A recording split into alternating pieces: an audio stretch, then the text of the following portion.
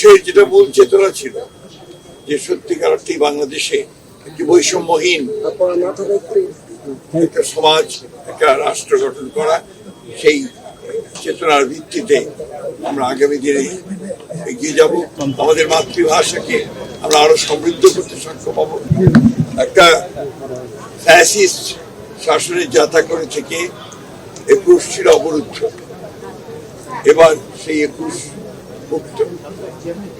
আমাদের অনুভূতি সেই জন্যই একটু ভিন্ন রকম। এবং আজকে একটা নির্বাচনের পরে যে সরকার, নির্বাচিত সরকার, বিএনপি নতুন সরকার, তারেক রহমানের নেতৃত্বে করতে হয়েছে,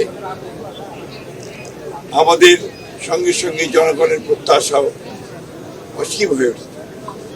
এবং আমরা প্রত্যাশা করছি যে আমরা জনগণের যে প্রত্যাশা আগামী দিনগুলোর জন্য গণতান্ত্রিক সরকারের জন্য একটা বাংলাদেশে একটি সত্যিকার অর্থেই একটা ইনসাফের উপর ভিত্তি করে একটা গণতান্ত্রিক সমাজ গড়ে তোলার 21-এর যেটা মূল চেতনা ছিল যে সত্যিকার অর্থেই বাংলাদেশে একটি বৈষম্যহীন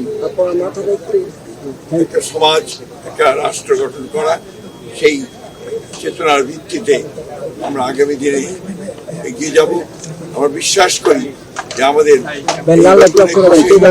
যে প্রেরণা সামনের দিকে নিঃসন্দেহে জনগণের কল্যাণের জন্য আমরা কাজ করতে সক্ষম হব।